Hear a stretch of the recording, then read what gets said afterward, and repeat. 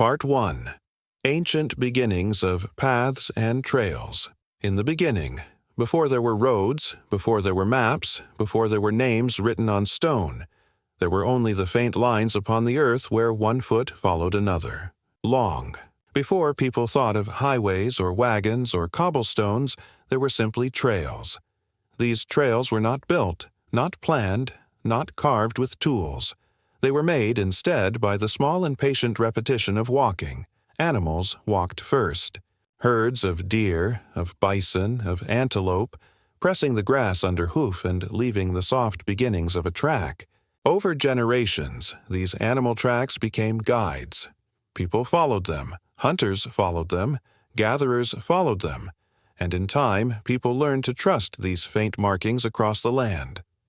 The very first paths were not roads in any sense that we might imagine today.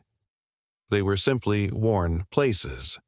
A slight dip in the soil, a faint smoothness where the undergrowth had been parted too many times to grow back fully. They were practical, unremarkable, and yet they were the beginning of all journeys. In the forests of early Europe, narrow deer paths wound between the trees. In the savannas of Africa, trails led from one watering hole to the next, etched by countless migrations. In Asia, mountain passes were crossed by the careful steps of both men and beasts, leaving behind the thin beginnings of routes that would, in time, become grand corridors of trade. The earliest human beings walked slowly, carrying little, moving from one place of safety to another.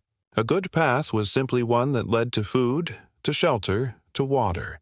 The first travelers did not set out in search of distant lands or foreign treasures. They walked because they had to walk, because movement was life, and yet, slowly, as families grew, as groups formed, as camps became more permanent, the importance of paths deepened. A trail was not only a way to food, it was also a way back again, a way to connect one place with another. Over time, it became a memory written on the earth itself. Imagine, then, an early morning thousands upon thousands of years ago. The sun, just rising. A group of hunters stepping carefully into the brush, their feet landing in the soft hollow of yesterday's steps. The path is narrow, but it is known. It leads to the stream where animals drink, and the hunters know every bend, every stone, every turn. The trail itself is familiar, almost like a companion, silent but dependable. These early trails did not belong to one person. They belonged to everyone who used them, to all who walked. They were shared knowledge, carried not in words but in footprints. To step onto a path was to step into a kind of agreement with those who had come before and those who would come after. As people learned to tame fire, to shape tools, to settle in villages, the meaning of trails began to shift again. No longer only the way of the hunter, they became the way of the messenger, the way of the traveler, the way of the neighbor. A man walking from one settlement to another followed the path. A woman carrying food to a nearby camp followed the path. Even as huts and walls and fields appeared, the faint, narrow trails remained the vital threads between them. Over time, these threads became stronger. In fertile valleys, where people planted seeds and returned each year to harvest them, trails became well-worn. In riverlands, where boats carried goods but feet still carried baskets, trails curved along the banks. In deserts, trails marked the only way from oasis to oasis. Slowly, across the face of the earth, the first networks were forming.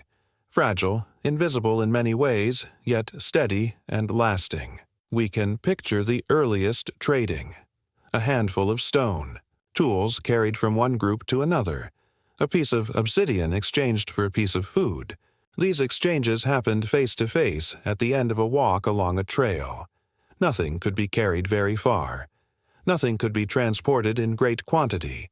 And yet still, the trail itself made the meeting possible. When archaeologists look back, they do not often find these earliest trails. Grass regrows, earth shifts, centuries erase the faint markings. And yet some trails are so old, so deeply imprinted, that they survive. In the highlands of Papua New Guinea, in the plains of East Africa, in the chalk downs of England, ancient pathways remain. Their origins are so old that no one remembers who first walked them. They are older than writing, older than history, older even than myth. They are, in a way, the first silent history books. To walk such a path today is to touch a continuity of life stretching back tens of thousands of years.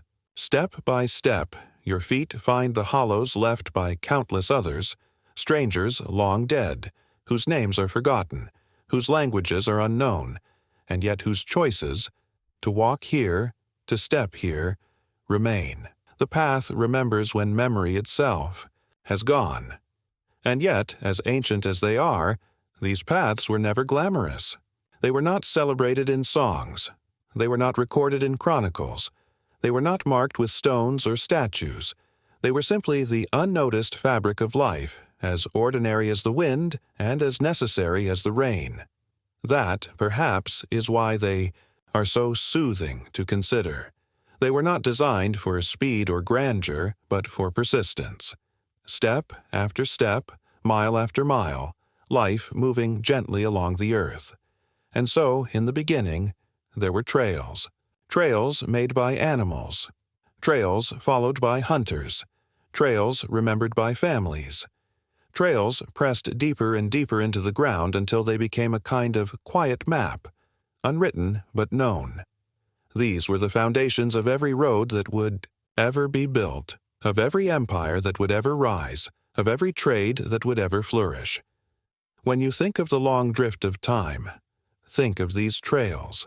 Faint, winding, unmarked, the first steps toward connection, the first soft lines across the face of the earth, the first reminder that to move is to live, and to follow a path is to join in something far older and far greater than oneself.